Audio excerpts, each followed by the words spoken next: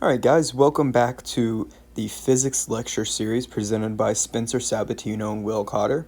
This is the second video that we have on this particular series, and it's going to be beginning motion and the ideas of constant speed versus constant velocity, instantaneous velocity, and then we're going to learn how to convert velocity into position.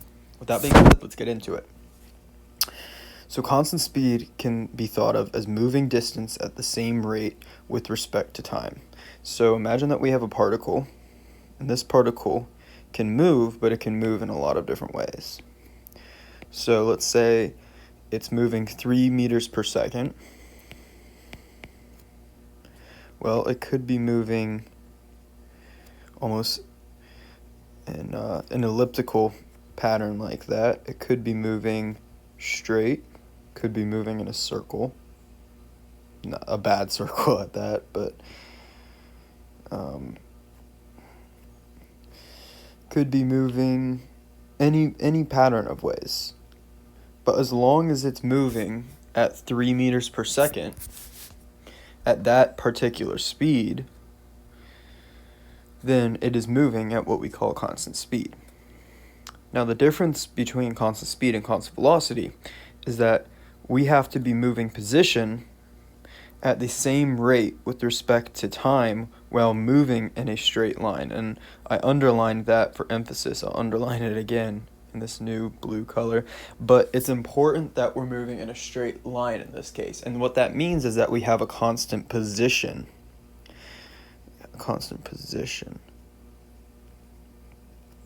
So we could be moving in different directions.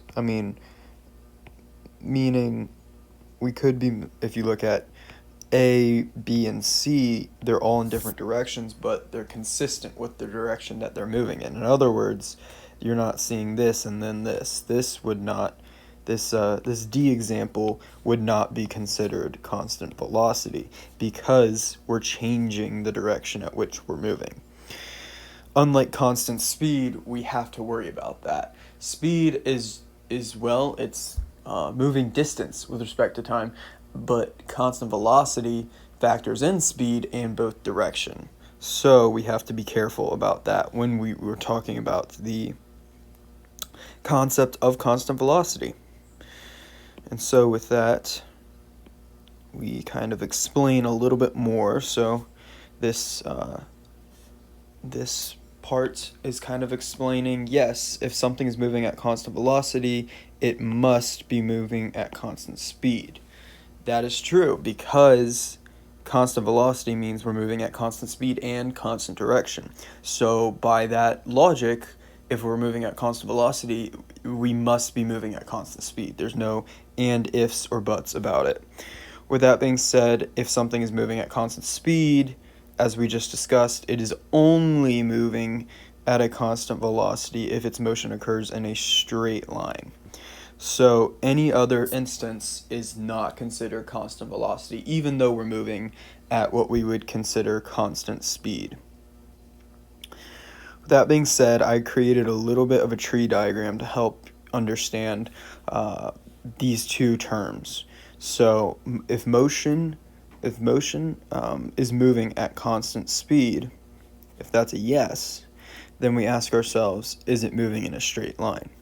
If that's a yes, then we do have constant velocity and constant speed, as we figured out here.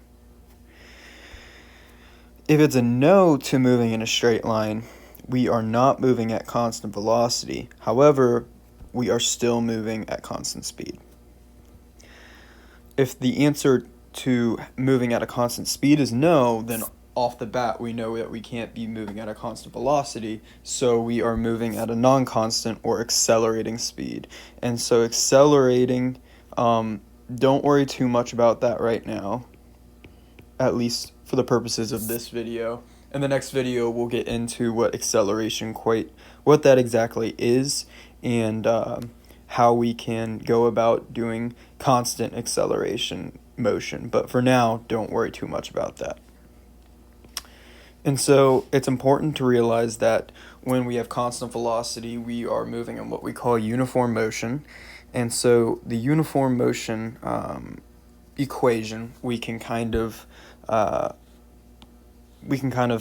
almost delve into, and it looks something like this. However, you might ask yourself, how did we get there? Well, it's pretty simple. Let's imagine that we have a person that's moving at 3 meters per second. Well, if he's moving at 3 meters per second, well, that means that this person moves 3 meters every second.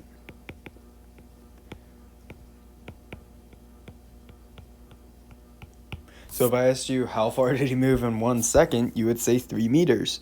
And that's kind of what this equation is trying to get at, is saying d equals v times t. So if I asked you how far, or d, did he move in 1 second, well, we know it's 3 meters per second times 1 second.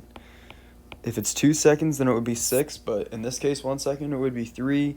If it's 3 seconds, it would be 9, and so on and so forth. But that's the idea of constant speed. Well, in this case, constant velocity. And so, taking that into account, what this SF and SI are talking about is position. Instead of displacement, meaning where did we move in a straight line, so from point A to point B, where do we move in a straight line? Position is talking about where are we in absolutes to a coordinate system. So in other words, I might have said that this person was, I don't know, I could have said that, let's say this is all in respect to a house.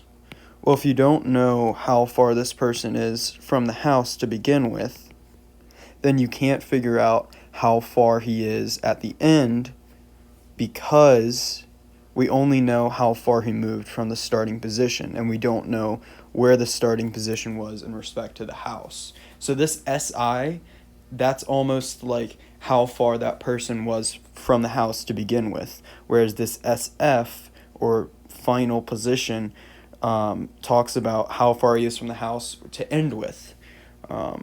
So that's all that these terms mean. And this VC delta T is saying constant velocity and the time interval that we're going at. So in this case, the delta T for this 1 second is 1 second. And so that should make sense. But we'll come back to the idea of an initial condition, especially when we're working with the function of position instead of displacement. Let's go on. And now we'll get to instantaneous velocity. So as the name implies, instantaneous velocity is the velocity of something at a particular instant. Most things do not move at constant speed or constant velocity. And that's important because if most things don't move at constant speed or constant velocity, it becomes a lot more complex, and how we model that is really important. So we have to ask ourselves, first off, what is velocity? Well, velocity is the derivative of displacement, and not distance, displacement. That's an important distinction.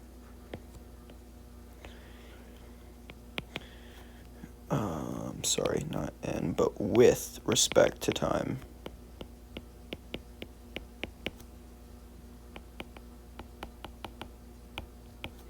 So since it's the derivative, we can be able to take a curve and basically say, okay, well, it has to be, so we can take a curve, so this is a distance curve, and we can say that, let's say that this is, S, position. We can take ds dt essentially is velocity, v of t. So in this case, we have a curve. Let's look at this example right now. but we have a curve, and we want to be able to figure out at what slope is the curve moving when we're at point C. So point C is going to look something like this. So we want to be able to figure out what that tangent line is moving at. A lot of times what we'll do, and actually what your calculators do a lot of times when you try to figure out what the slope of something is it takes a secant line. So this green line is called a tangent line. This orange is actually called a secant line, or the slope between 2 points, which is something that can be non-abstractly found. And it estimates that between A and B at a very small interval, in other words, let's say that we were working with a parabola, it would take, if it was trying to find this point, it would take this one, and try to find the, it would try to find the slope between them and estimate that this point, let's call it, this point C is the slope at that point is the slope between points A and B. But it's important to distinct between that because in this case, A and B is a secant, and in this case, we're looking for something that's instantaneous. At point C, we can only find that by taking a derivative of the curve. So that would be ds dt would be vt. So hopefully that makes sense. And that's the idea of instantaneous velocity.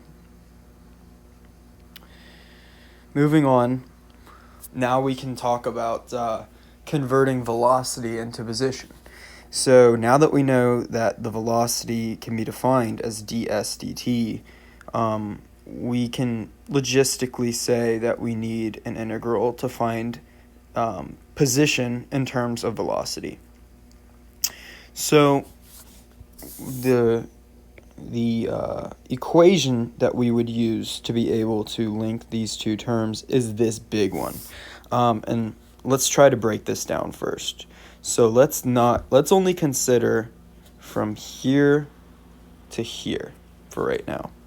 So I'm actually going to, so from here to here.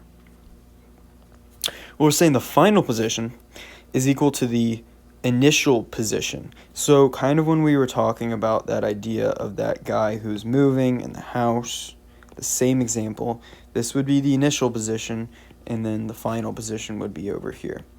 But the difference this time is that we're given velocity, and we want to be able to find displacement or position, in this case, out of that. Well, it's important to realize that we have to look at the velocity curve. So imagine that this velocity curve is what we're considering. And in this case, we have a velocity and it's multiplied by the time scale. So if we were to have a very straight velocity, or constant velocity in this case, well, we wouldn't have to go through this process, but if we looked at A and B, the distance between A and B, well, we would multiply B minus A times this velocity value to be able to find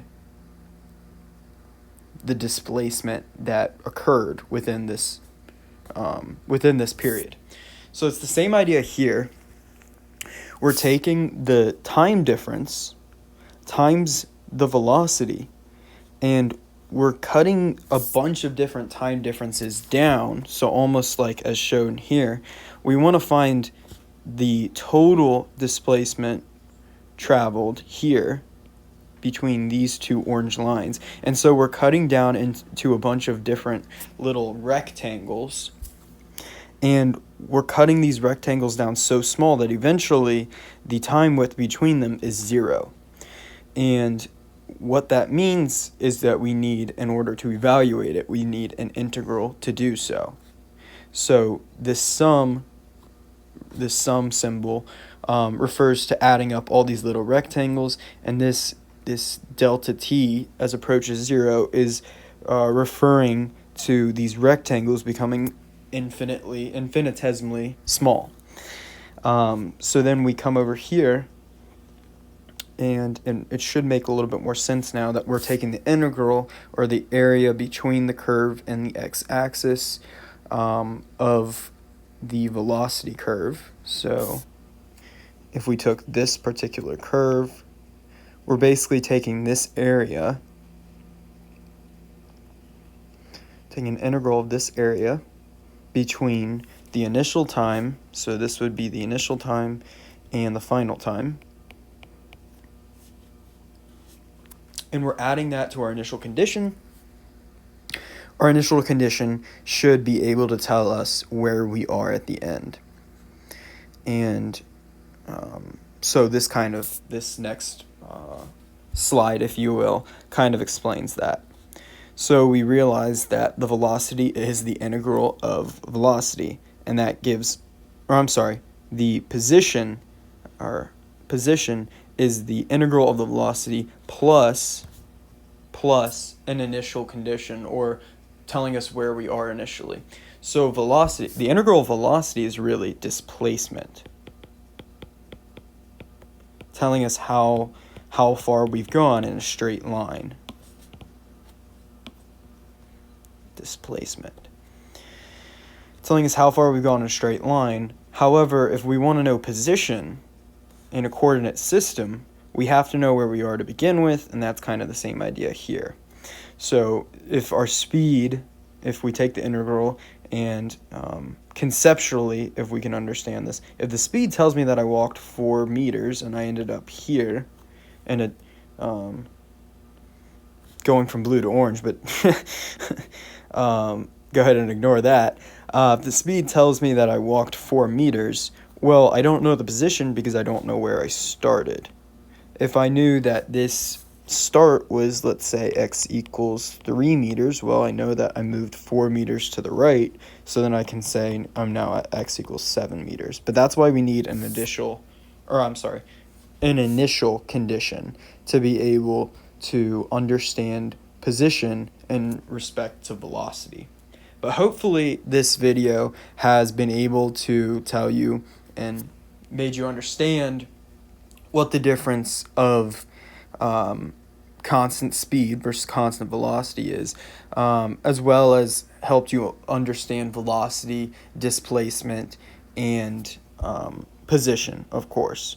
With that being said, be sure to tune in next time when we'll go over uniform acceleration.